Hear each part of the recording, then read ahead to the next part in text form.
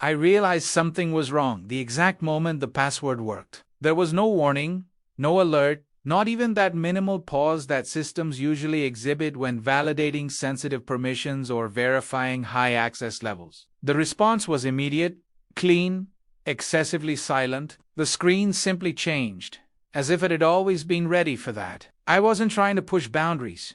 I wasn't exploiting flaws or testing vulnerabilities. It was a banal, almost mechanical routine, part of a belated check of old files. The credential had been found by chance, lost among forgotten records, associated with a project officially closed years ago. That password should have opened, at most, an inactive directory, perhaps some outdated documents, remnants of something that no longer mattered. But it opened everything.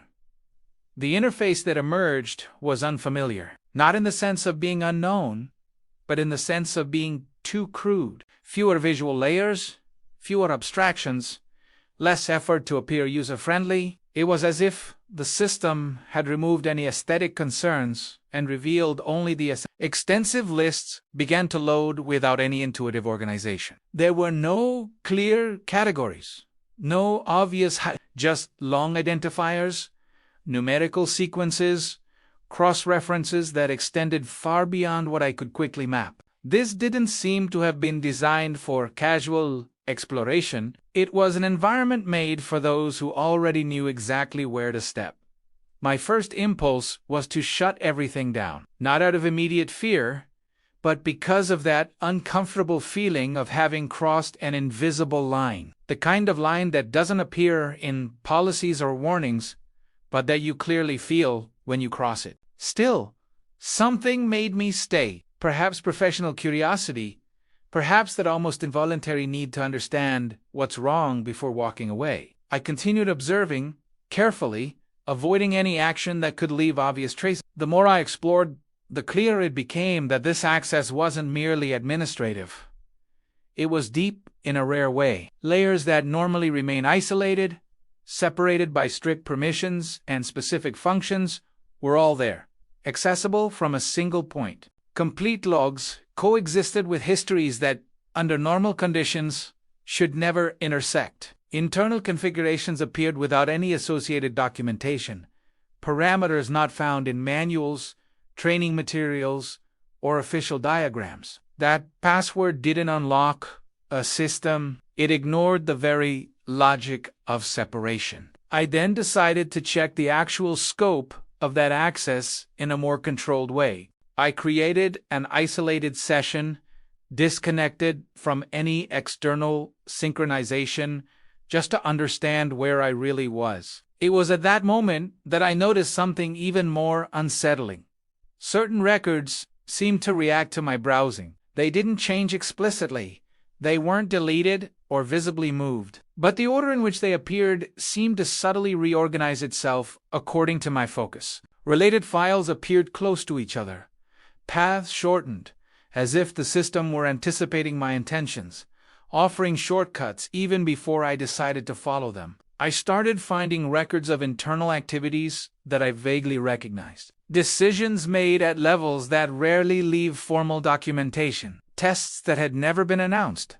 Adjustments that weren't on any public schedule. The most disturbing thing, however, were the notes embedded in some of these records. They weren't typical technical comments, nor traditional metadata. They were short, almost narrative observations, describing consequences, indirect impacts, possible developments. It didn't seem like a technical log. It seemed like continuous, almost overly attentive monitoring. At one point, I came across a dataset marked only by a simple sequence, without prefixes, without warnings, without any indication of importance. I opened it out of curiosity, expecting to find something incomplete or irrelevant. The content loaded slowly, as if the system itself were hesitating.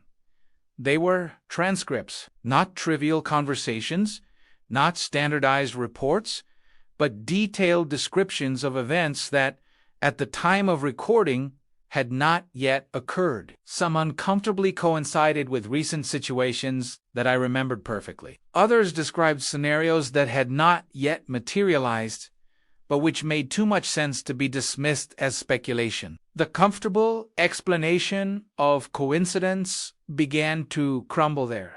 The more I read, the more evident it became that this access was not neutral. It wasn't just a forgotten credential that no one bothered to revoke. That password seemed to have been created to cross boundaries, to centralize information that, for obvious reasons, should never be gathered together. And someone had decided that, at some point, someone like me should find it. I tried to trace the origin of the credential. There was no record of its creation, no clear expiration date, no assigned owner. It was as if the password existed outside the administrative timeline. It silently reappeared during system migrations, survived updates, and endured complete infrastructure overhauls. It wasn't forgotten.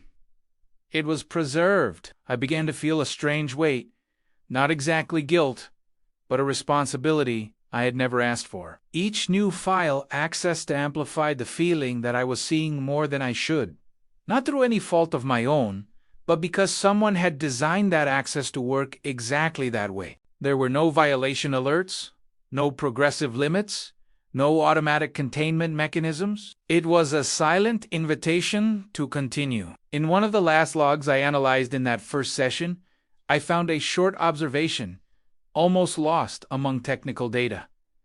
It wasn't an instruction or a direct warning. It was simply an impersonal statement. Certain accesses are not revoked because they are considered unavoidable. That phrase resonated more than anything else I had seen. I closed everything immediately after that. I didn't delete anything. I didn't change anything. I didn't force any cleanup. I just ended the session. I spent the rest of the day trying to act as if nothing had happened. I went through routine tasks, answered messages, followed protocols, but the feeling didn't disappear. The password still worked. I knew it. And more unsettling than anything I had seen was the uncomfortable certainty that it was just a superficial layer. That password hadn't unlocked too much by accident. It had been designed to unlock just enough to ensure that someone, at some point, wouldn't go too far.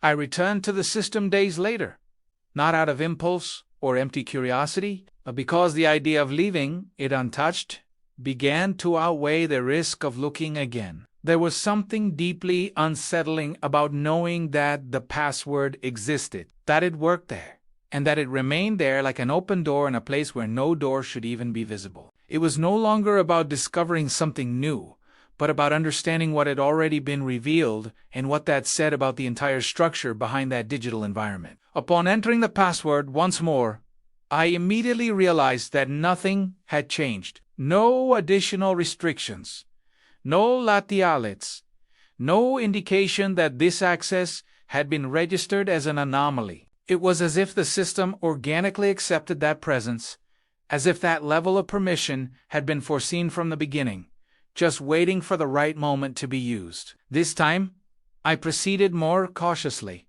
almost respectfully. I began to observe patterns instead of seeking specific information. I cross-referenced schedules, connecting events that, at first glance, seemed unrelated. Gradually, a logic began to form. The data wasn't organized by departments, functions, or conventional dates. It seemed grouped by real impact, by consequence. Small technical decisions appeared linked to broad effects that would never be publicly acknowledged. Minimal, almost invisible adjustments connected to significant changes in the behavior of entire systems. It was as if that environment maintained a parallel, silent narrative, stitching together causes and effects that officially should never be associated. What disturbed me most was noticing records of situations that never happened. Predicted failures, anticipated crises, scenarios that were neutralized before they became visible. None of this was contained in final reports. None of this was part of any accessible history. This password not only unlocked what happened, but also what almost happened and was carefully removed from institutional memory. It was an archive of discarded possibilities, of interrupted futures, preserved only there beyond the reach of any official narrative. Amidst this data, I found indirect references to other similar accesses. Not names, not explicit passwords, but recurring patterns. Mentions of statistically inevitable profiles, of moments of convergence, of users who, at some point, would end up there. This completely changed my perception. Perhaps I wasn't an exception. Perhaps that system had been designed with the expectation that someone, at some point, would cross that boundary, not as a security flaw, but as part of its very functioning, as if the existence of that access was less an accident and more a silent acceptance of human inevitability. I considered alerting someone. I thought about raising the issue in an abstract, technical way, without revealing sensitive details. But every mental attempt ran into the same impasse. There was no suitable channel for it. It wasn't a simple flaw that could be corrected with an update. It wasn't an external intrusion that could be blocked. Admitting the existence of that layer would mean acknowledging that certain information was deliberately centralized, protected, and hidden by conscious decision. And acknowledging this would have implications that went far beyond a simple technical fix. Over time, I began to reduce my access, not out of immediate fear, but out of understanding. That password didn't require constant use. It existed as a possibility, as a silent reminder that some systems are not built merely to operate, but to observe, record, and preserve what should not be openly discussed. Knowing this was, in itself, a form of irreversible access. There was no going back to the previous state of ignorance. Today, the password still works. I know this. Even without testing it again, it remains there, invisible to almost everyone, waiting for the next breaking point, the next moment when someone goes too far. And every time I hear speeches about absolute security, about total control, about perfectly isolated systems, I remember what I saw and how fragile these certainties are when someone finds the right key in the right context. If this story made you question what really lies behind systems that seem too trustworthy, leave a like now to support this type of content. Write in the comments what you would do if you found access like this and how far you would go. And if you want to continue following strange, silent, and unsettling technological stories like this one, subscribe to the channel and turn on notifications, because there are still many doors that no one talks about until someone unlocks them.